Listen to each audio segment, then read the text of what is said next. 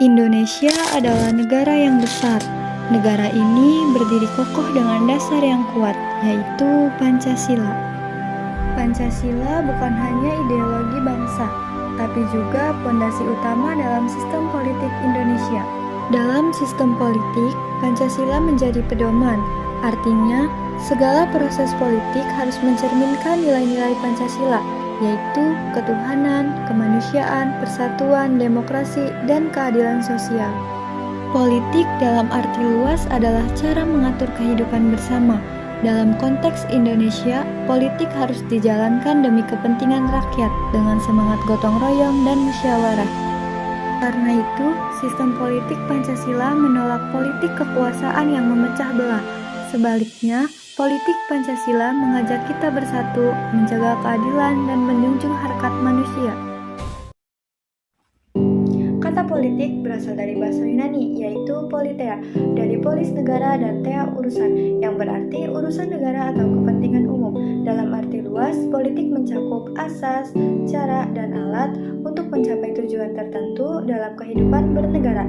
Dalam bahasa Inggris, politik adalah suatu rangkaian asas atau prinsip, keadaan, cara, dan alat yang digunakan untuk mencapai cita-cita atau tujuan tertentu. Politik secara umum menyangkut proses penentuan tujuan negara dan cara melakukannya. Pelaksanaan tujuan itu memerlukan kebijakan-kebijakan umum atau public policies yang menyangkut penentuan pembagian atau alokasi sumber-sumber yang ada. Pada tanggal 16 Juli 2025, di mata kuliah Pancasila dengan dosen pembimbing Ibu Dewi Rahayu SEMH, kami mendapatkan tugas kelompok untuk membuat makalah, PPT, dan video dengan tema kasus politik dalam sistem Pancasila. Saya ditempatkan di kelompok 12 dengan anggota sebagai berikut. Setelah pembagian kelompok selesai, saya dan kelompok saya diberi tugas dengan tema Pancasila dalam sistem politik. Kami langsung mencari materi dan menyusun materi yang akan kami bahas. Nah, setelah kami menyusun materi tersebut, kami bergegas untuk mencari narasumber yang akan kami wawancarai. Pada saat itu, kami bertemu dengan Bapak Rudiadi. Assalamualaikum warahmatullahi wabarakatuh, Bapak. Waalaikumsalam warahmatullahi wabarakatuh. Mohon maaf mengganggu waktunya dan terima kasih atas kesediaan waktu Bapak. Mohon izin, kami ingin mewawancarai Bapak sehubungan dengan tugas yang diberikan kepada kami dengan mata kuliah Pancasila tentang Pancasila dalam sistem politik. Mohon izin untuk mengajukan beberapa pertanyaan ya, Pak. Enggak, silakan. Baik, yang pertama, menurut Bapak, apa makna Pancasila dalam kehidupan berbangsa dan bernegara, khususnya dalam sistem politik Indonesia? Iya, dalam sistem politik Indonesia, Pancasila itu menjadi landasan dan penyelenggaraan negara, termasuk sistem politik di Indonesia, gitu ya, menjadi sumber nilai-nilai yang membimbing arah kebijakan dan perilaku politik berbangsa dan bernegara di Indonesia. Jadi artinya kehidupan atau sistem politik berbangsa dan bernegara di Indonesia itu harus berlandaskan kepada nilai-nilai yang ada di dalam Pancasila. Itulah mengapa dijadikan sebagai dasar negara dan ideologi negara. Itu kira-kira. Baik, selanjutnya pertanyaan kedua ya Pak. Ya, makanya. Bagaimana penerapan nilai-nilai Pancasila yang dapat Bapak lihat dalam praktik politik di Indonesia ini? Pelaksanaan nilai-nilai Pancasila atau pengaplikasian nilai-nilai Pancasila dalam sistem ketatanegaraan kita, yaitu menjadi dasar dalam pembentukan lembaga negara, contohnya ya, serta sistem peradilan. Nilai-nilai yang terkandung dalam Pancasila itu harus teraplikasikan ya, atau diimplementasikan dalam berbagai bentuk aspek kehidupan politik. Contohnya pembentukan undang-undang. Kita memiliki wakil rakyat DPR, kemudian buat undang-undang bersama presiden.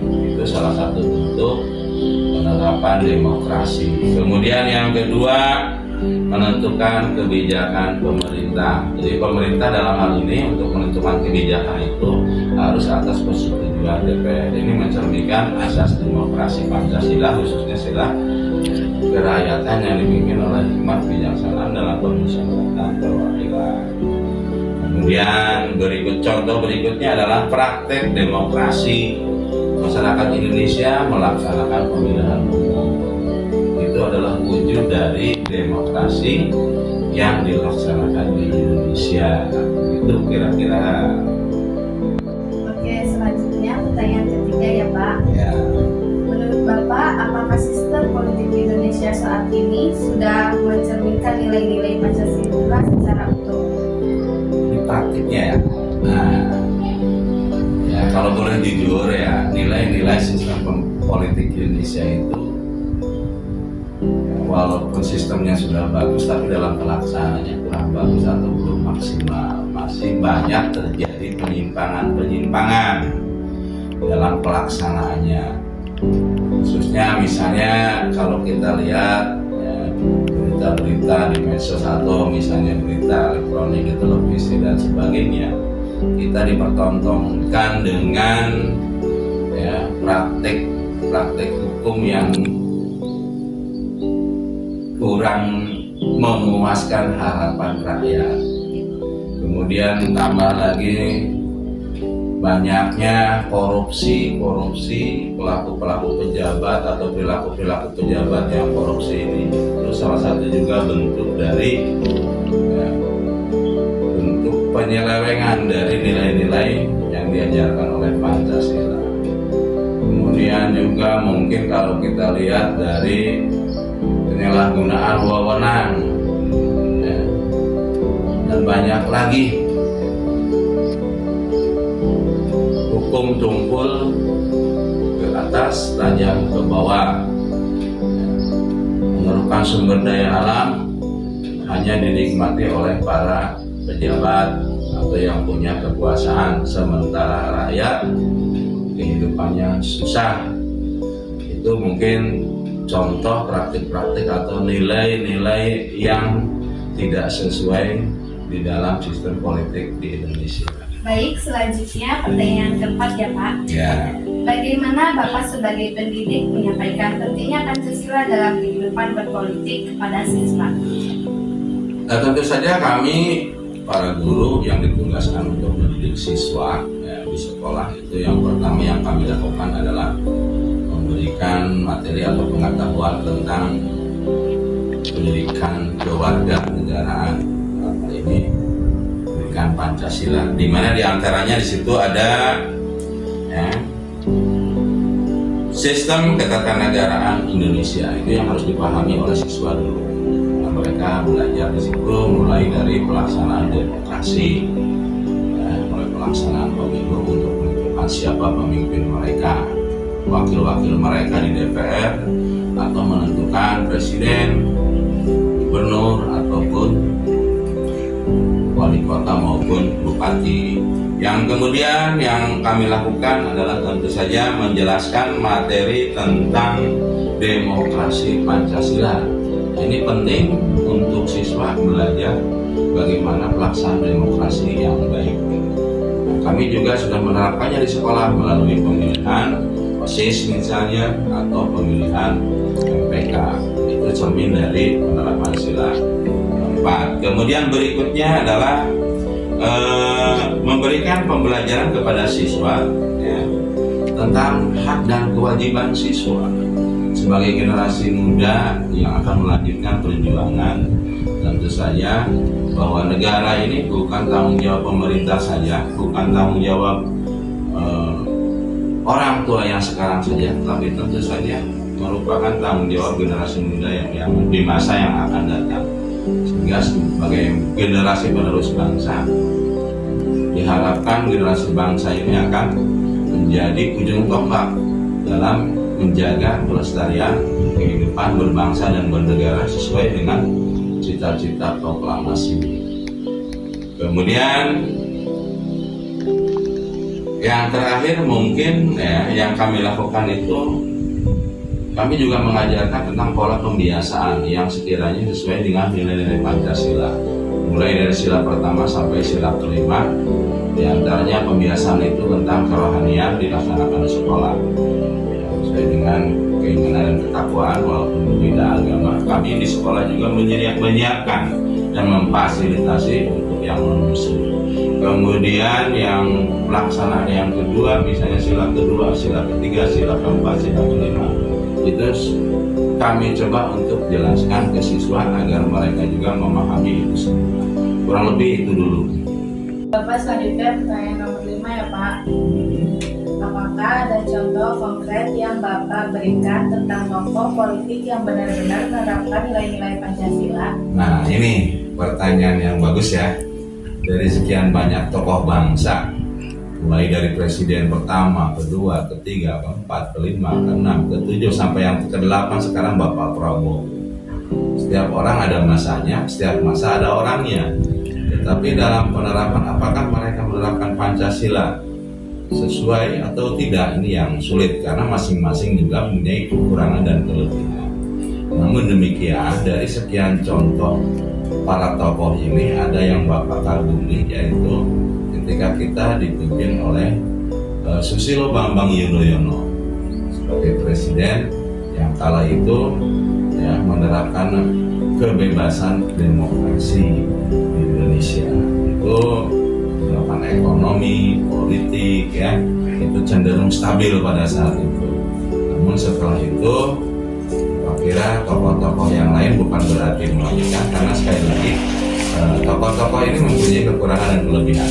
Namun sekali lagi apabila Bapak memilih menurut Bapak ya, di bawah pemerintahan Susilo Bambang Yudhoyono inilah ya, yang lebih banyak mungkin melaksanakan sistem politik yang sesuai dengan penerapan nilai-nilai Pancasila. Itu kalau menurut Bapak. Kalau yang lain kan mungkin punya tokoh sendiri yang dibanggakan, tapi kalau Bapak sendiri lebih membanggakan kepada Susilo Bambang Yudhoyono yang berhasil waktu itu sebagai presiden menciptakan stabilitas nasional yang baik. Baik Bapak, selanjutnya pertanyaan nomor 6. Menurut Bapak, apa peran pendidikan dalam memperkuat pemahaman Pancasila sebagai dasar sistem politik?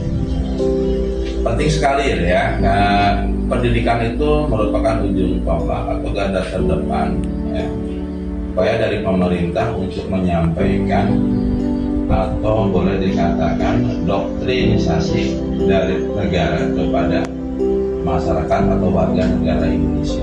Melalui pendidikan inilah, pendidikan Pancasila akan terus gitu ya, artinya berkesinambungan, dipelajari, dipahami, dan diaplikasikan di dalam kehidupan sehari-hari.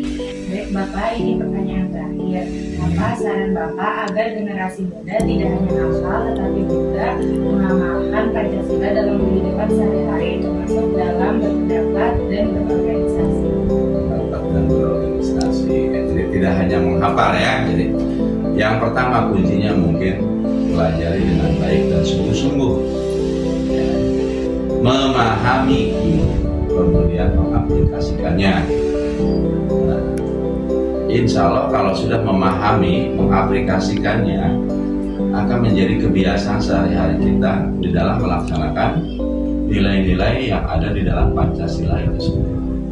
Jadi kalau belajar itu jangan cuma hafal ya, tanpa memahami, apalagi tanpa mengaplikasikannya. Jadi mubazir kalau cuma hafal, nanti kemudian akan lupa lagi.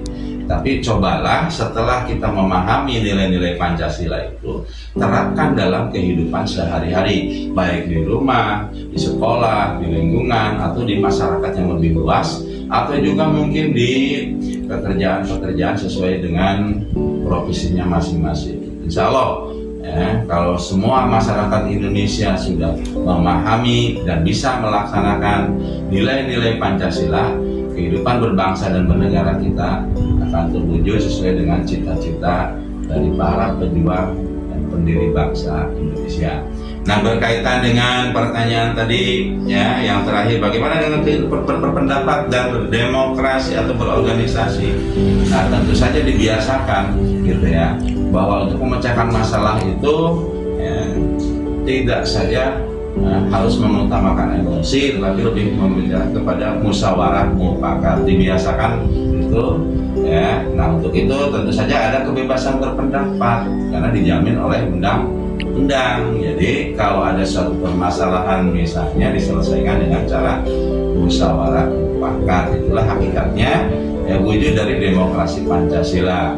Yang tentu saja di sini dibiasakan juga di dalam kehidupan cara berorganisasi yang ada. Nah, kalau kita terbiasa berorganisasi di masyarakat atau dalam pemerintahan ya, musyawarah mufakat diterapkan, insya Allah negara kita akan aman dan damai, tidak ada pertikaian. Baik Bapak, sekian saja pertanyaan dari kami. Terima kasih banyak atas kesediaan waktu Bapak. Ya, sama-sama ya, semangat terus ya Neng ya. Yo. Terima kasih. Jika Pancasila terus menjadi nafas dalam sistem politik, maka Indonesia akan tetap berdiri kuat, adil, dan bersatu.